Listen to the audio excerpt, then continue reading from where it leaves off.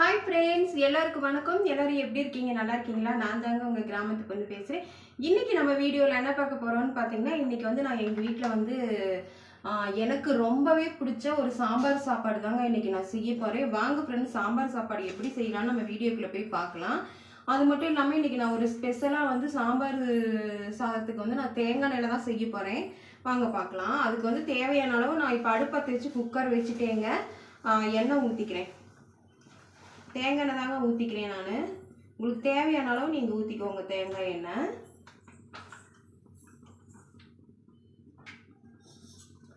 எண்ணெய் காயட்டும். எண்ணெய் காஞ்சதுமே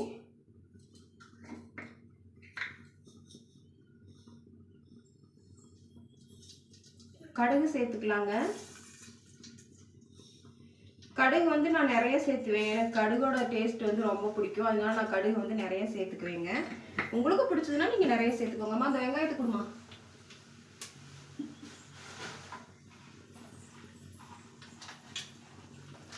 அப்புறம் வந்து பார்த்தீங்கன்னா தேவையான அளவு சீரகம் சேர்த்துக்கலாங்க. சாம்பார் சாதத்துக்கு வந்து சீரகம் போட்டால் ரொம்பவே சூப்பராக இருக்கும்.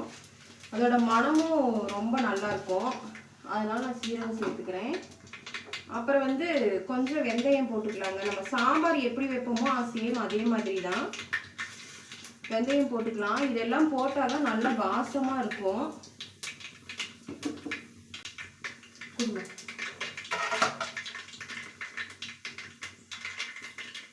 இப்போ வந்து நான் கருவேப்பிலை தழை கொத்தமல்லி தழை போட்டுக்கிறேங்க. கருவேப்பிலை தழையும் நிறைய போட்டுக்கலாம். எனக்கு ரொம்ப பிடிக்கும் அந்த வாசனை.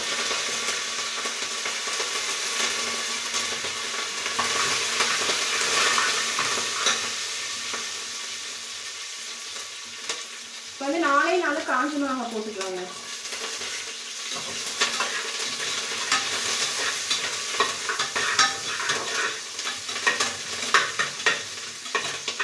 இது எல்லாம் எண்ணெயில வதங்கினதுக்கு அப்புறம் பெரிய வெங்காயம் போட்டுக்கலாம்.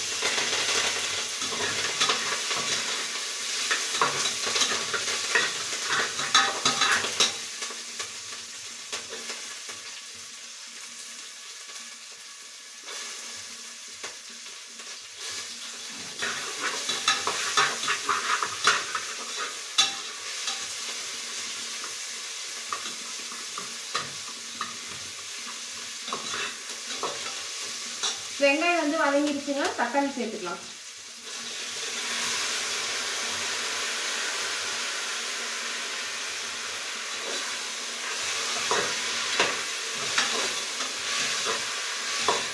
அந்த காயெல்லாம் வேலையை வச்சு கொடுமா.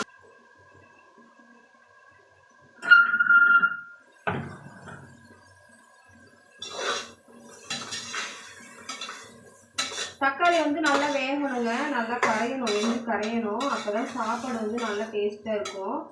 இப்போ இந்த பருப்பு சாப்பாட்டில் வந்து நான் என்னென்ன காய்கறி போடுறேன்னு பார்த்தீங்கன்னா, மாங்காய், முருங்கைக்காய், கத்திரிக்காய், உருளைக்கிழங்கு 4 காயும் போட்டு தாங்க நான் சாம்பார் சாதம் வந்து செய்ய போகிறேன். நல்லா டேஸ்ட்டாக இருக்குங்க இந்த சாப்பாடு.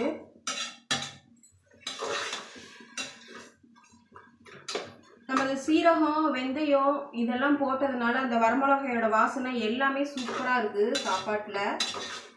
கிட்டத்தட்ட நம்ம சாம்பார் எப்படி வைப்போமோ அதே மெத்தேடு தான் இருக்கும். ஆனால் நல்லா டேஸ்ட்டாக இருக்குங்க. சாப்பிட சாப்பிட எனக்கு ரொம்ப ரொம்ப பிடிக்கும் அந்த சாப்பாடு.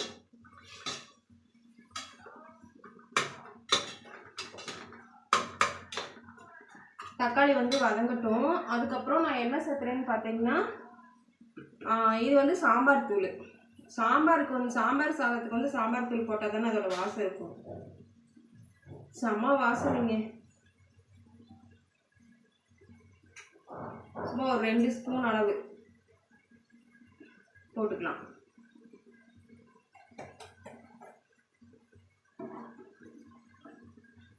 அப்புறம் இது வந்து பார்த்தீங்கன்னா தனி மிளகாய் தூளுங்க. காரத்துக்கு ஏற்ற அளவு போட்டுக்கலாம். சும்மா நான் 1 ஸ்பூன் தான் போடுறேன்.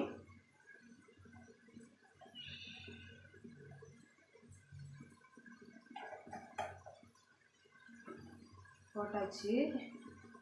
அப்புறம் வந்து பார்த்தீங்கன்னா இங்கே சித்தி கொடுத்த மிளகாத்தூள் செமையாக இருக்குங்க. நேற்று மட்டன் குழம்பு வச்சேன் இல்லைங்களா, அவ்வளோ ஒரு அருமையாக இருக்குதுங்க. பயங்கரமான கை பக்குவோம்.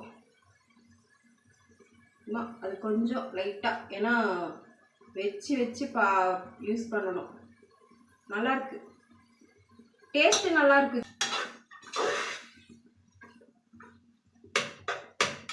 மிக்ஸ் பண்ணி விட்டாச்சு மசாலா தூள் எல்லாம். கொஞ்சம் அந்த பச்சை வாசனை போகிற மாதிரி தண்ணி ஊற்றிக்கலாங்க.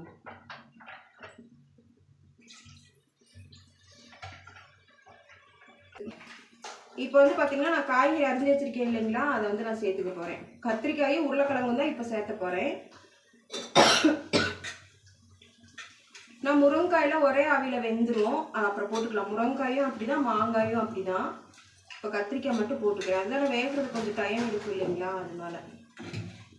பருப்பு இங்கே இருக்கா அங்கே இருக்காமா? எங்க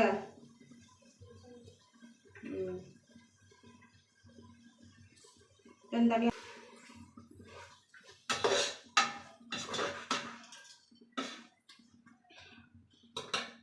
அலசி வச்சிருக்கேங்க. இதில் வந்து நான் காய்கறியோட சேர்த்துக்கிறேன்.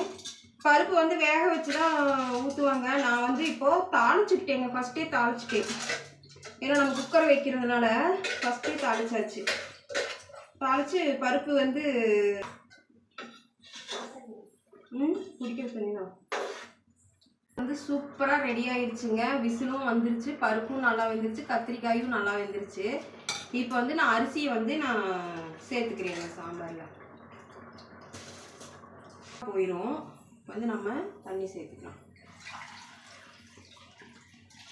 ஒன்று புளி வந்து கரைக்கிறேங்க. சும்மா ஒரு சின்ன நெல்லிக்காய் அளவு தாங்க போட்டிருக்கேன், ஒரு டேஸ்ட்டுக்காக தான்.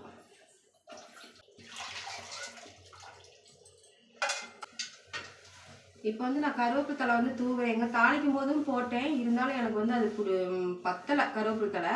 அதனால் இப்போ போட்டோம்னா நல்லா வாசமாக இருக்கும், அதனால் இப்போ போட்டுக்கிறேன். நான் நிறைய போடுங்க கருவேப்பிலை தலை, உடம்புக்கு நல்லது தானே.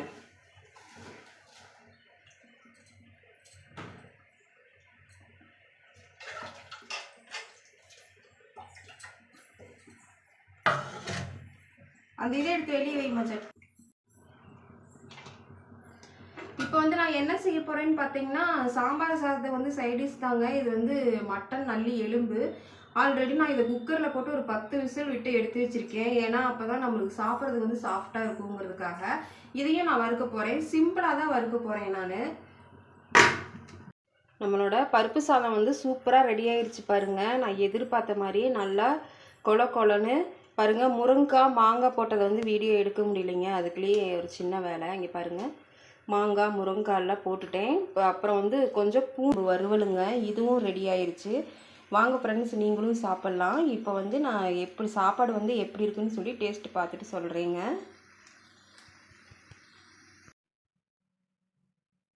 சாப்பாடு வந்து செம்ம வாசங்க. முருங்காய் வந்து இப்போ லாஸ்ட்டாக போட்டு கிளறி விட்டு ஆவி பிடிச்சி வேக வச்சதுனால செம்மையாக இருக்குது. டேஸ்ட் எப்படி இருக்குன்னு பார்த்தலாம். சுடுது, கையில் எடுக்க முடியல.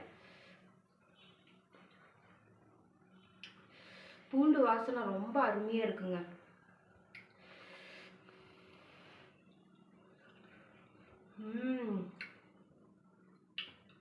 வேற லெவல் டேஸ்ட்டாக இருக்கும். நீங்களும் இதே மாதிரி ஈஸியான ஒரு சாம்பார் சாதம் செஞ்சு சாப்பிட்டு பார்த்துட்டு எப்படி இருக்குன்னு சொல்லி கண்டிப்பாக கமெண்ட் பண்ணுங்கள் ஃப்ரெண்ட்ஸ். பாய்.